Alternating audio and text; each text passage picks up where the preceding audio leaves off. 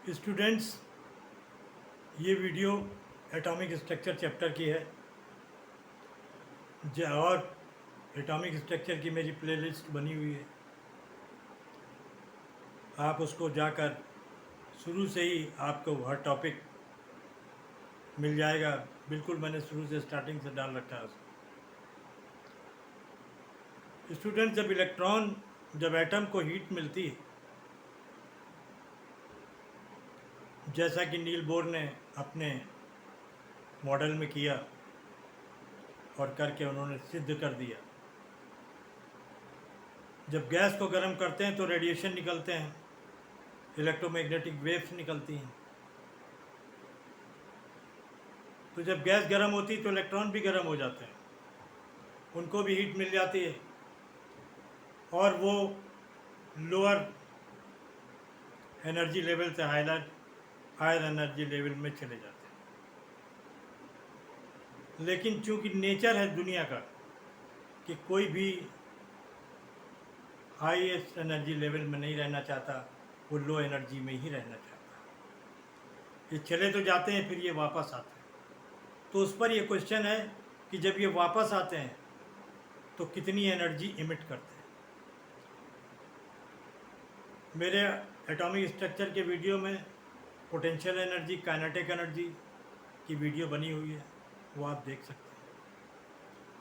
तो total energy का formula ये है -13.6 Z² / n²। n is equal to number of cells हैं और Z एटॉमिक नंबर है, जिसका भी आप एनर्जी, जिस एलिमेंट की आप एनर्जी निकालने जा रहे हैं।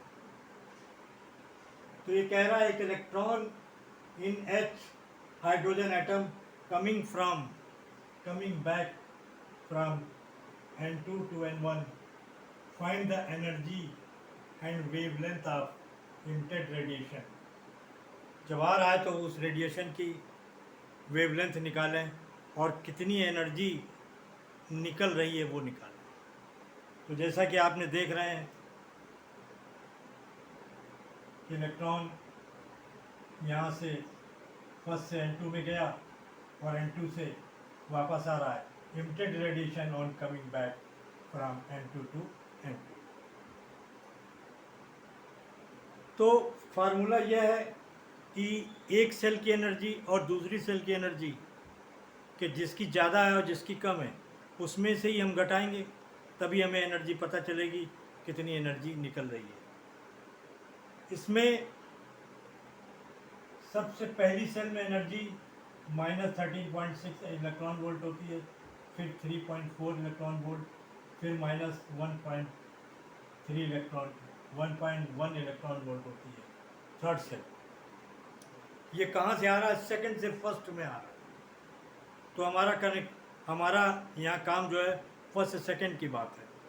तो देखिए, इमिटेड एनर्जी E2 - E1, क्योंकि E2 की एनर्जी ज़्यादा है। आप जैसे देख रहे हैं E2 की एनर्जी ज़्यादा है, यही अभी आपको निकल के आएगा। यही एनर्जी आपको, ये एनर्जी निकाल चुके हैं, ये एनर्जी निकाल चुके हैं, तो आपको ये एनर्जी मिलेगी। तो देखिए, E2 - E1 ये आपका एनर्जी का फार्मूला है। -13.6 Z² / N2² -13.6 Z2² / N2²। ये फार्मूला। अब देखिए, ये माइनस है, ये माइनस माइनस प्लस हो जाएगा, ये माइनस माइनस प्लस हो जाएगा, तो ये माइनस और ये वाला प्लस जो है बाहर आ जाएगा। इसमें से इसको घटा देंगे, तो ये देखिए यहाँ पर N1 पहले आ गया और N2 बाद में इधर पीछे चला गया। N2 का मतलब है 1, पहला सेल, और Z जो है आपका एटॉमिक नंबर है, वो हाइड्रोजन का 1 होता है। तो इसमें जब वैल्यू हमने डाली तो ये 1 1 हो गया, और ये देखिए 2 का स्क्वायर किया तो यहाँ पर ये 4 हो गया, यहाँ पर ये 4 हो गया। तो देखिए 13.6 - 13.6/4, इसमें से हम जब ये घटाते हैं, इसको ये वैल्यू जब 4 से 13.6 घटाते हैं तो ये वैल्यू आती है। 13.6 में से 3.4 गिराते हैं तो इमिटेड एनर्जी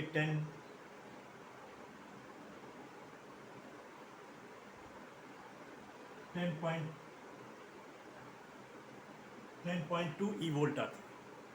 ये तो आपकी एनर्जी हो गई जो इमिटेड रेडिएशन निकला। अब ये कह रहा है कि वेवलेंथ निकालिए। वेवलेंथ का फार्मूला यह है delta is H into C.